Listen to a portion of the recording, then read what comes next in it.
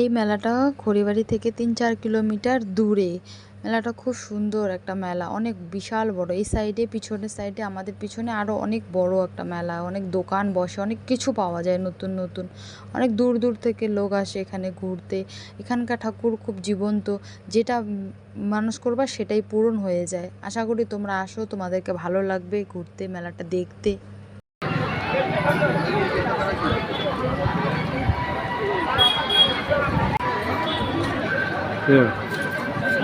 मेला थोड़ा खत्म हो गया तो हम लेके क्या करें?